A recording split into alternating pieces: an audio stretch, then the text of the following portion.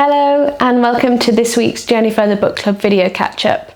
This week we have been focusing on the idea of time as referenced in Matt Haig's book, Notes on a Nervous Planet. I'd like to read a snippet from Matt's book, pages 75 to 76, and I'd love to know what you think. For a lot of our lives, we feel rushed off our feet. We say things like, I'd love to read more, learn a musical instrument, go to the gym, do charity work, cook my own meals, grow strawberries, see my old school friends, train for a marathon, if only I had the time. We often find ourselves wishing for more hours in the day, but that wouldn't help with anything. The problem, clearly, isn't that we have a shortage of time, it's more that we have an overload of everything else. We've had some really interesting conversations about this idea of time and how for some of us, time seems to be standing still whilst we're locked at home. But for others of us who have young children, the time at home seems more precious than ever.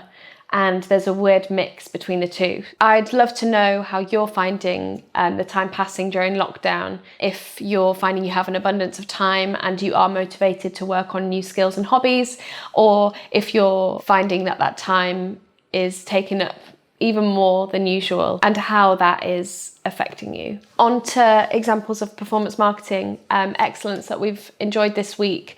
As ever, the Journey Further team have been producing content left, right and centre about things that they're finding in their daily work. So our head of technical SEO, Dan Nutter, shared an amazing article about using Google Trends, which I'll link to below. But I've also really enjoyed looking at brand campaigns, particularly the ones highlighted in PR Week's Best March campaigns. And the winner of that was Time Out magazine, temporarily changing its name to Time In, which I think we all know is pretty apt right now. On to our wider reading recommendations. I spent some of the bank holiday weekend reading this new book from Roseanne Hoden, Growing Goats and Girls, which is a memoir of Roseanne's time spent living on a Cornish farm, raising her two daughters and a whole menagerie of other animals. This came out yesterday and is an amazing escape for anyone who's feeling trapped by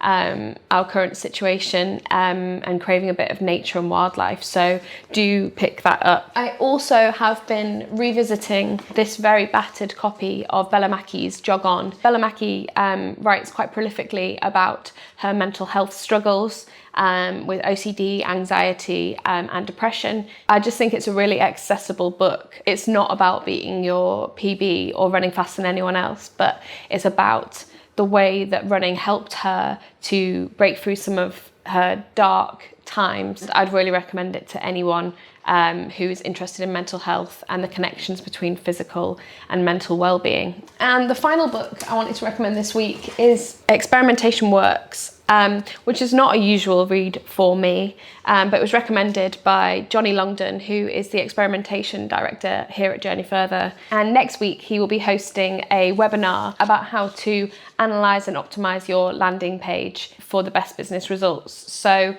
any e-commerce managers or people in charge of websites, do sign up for that. I'll drop a link in the comments, that's free. And do also sign up for our newsletter, and I'll be sending you our review of this book and why Johnny finds it so helpful. Thanks for listening. I look forward to hearing your reading recommendations this week, and I'll catch you later.